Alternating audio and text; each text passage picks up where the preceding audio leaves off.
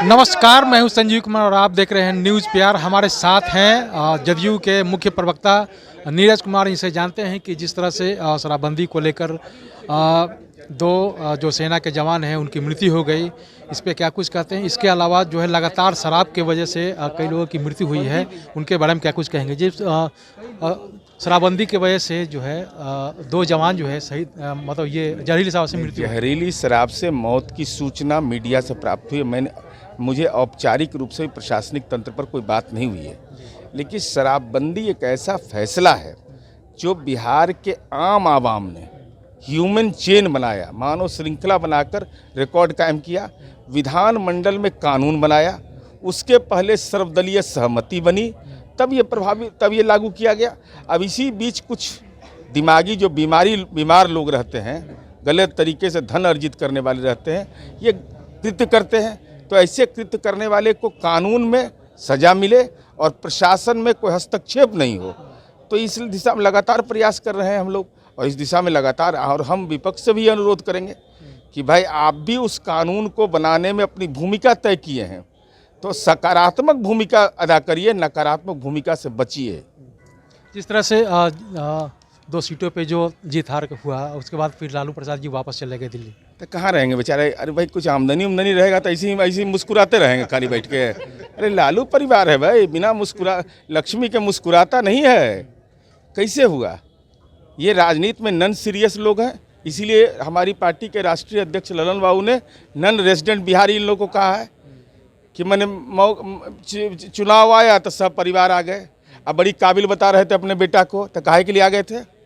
अरे इस उम्र में बीमार आदमी का इस्तेमाल होता है, जिसका पोस्टर से नाम बेटा ने गायब कर दिया विधानसभा चुनाव में, उनका सहयोग लेने के उनको बुला लिया।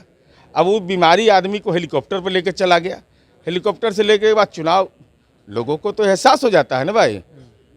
जैसे तेजस्वी यादव को एहसास हो रहा था कि हमारी राजनीति में हैसियत क्या है, तो बहुत काबिल अगर इनका बेटा था तो 80 से 75 पर कैसे आ गए?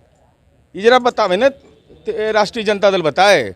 जो लालू जी कहते हैं, तो लालू जी अब क्या समीक्षा बैठक यहाँ करते हैं कि हमारे बेटा नहीं काबिल है, इसलिए बिहार के मुख्यमंत्री ने तो समीक्षा बैठक किए हैं, बोला कि छठ के बाद एक्शन लेंगे। नहीं, वो तो अलग विषय पर, राजनीतिक समीक्षा नहीं, वो प्रशासनिक तंत्र के बारे में बैठक करेंगे, जो भी उनका प्रक्रिया हो तो उनका अधिकार क्षेत्र में। लेकिन आदरणीय लालू जी को तो ये बैठक करना चाहिए था ना। आप भले ही पंचायत का चुनाव नहीं लड़ सकते हो, न्यायपालिका ने संपत्ति अर्जन के मामले में आपको दोषी करार दिया है, लेकिन पार्टी के स्तर पर तो समीक्षा होता ना भाई, कि विपक्ष के नेता गए दरभंगा तो सबसे ज़्यादा वोट से हार गए। और जगता बाबू बिहार प्रदेश जनता दल यू के अध्यक्ष, इस उम्र में उनको भी कहा कि सुबह सुबह जाइए मुंगेर। अब बेचारे मुंगेर जा रहे हैं, मुंगेर पहुँचे, होटल से बाहर भी नहीं गए, वहीं रहे, चूँकि उनको एहसास था कि फरमान तो मान रहे हैं लेकिन जनता का फरमान तो नीतीश कुमार जी के पक्ष में है। तो ये हालात है, तो समीक्षा करना चाहिए था ना। अब समीक्षा तो उनके घर उर में होते रहता है, देखते हैं ट्वीट आते रहते। कह रहे हैं कि जीत के भी हम लोग हार के भी जीत गए। मुबारक हो, ऐसी हार के जीतते रहिए। हम लोग का पार्टी का और एनडीए का विस्तार होता रहे। वो हारते रहें, हम जीतते रहें।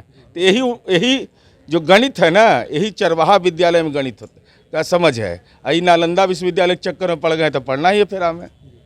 तो आपने सुना कि इनका कहना है कि जिस तरह से वो लगातार हार रहे हैं, तो जीत के भी हार रहे हैं और ये हार के भी जीत रहे हैं, तो इस पे वो लगातार हारते रहें और अपनी जनता को आश्वासन देते रहें कि वो जीत के भी हार जाएं।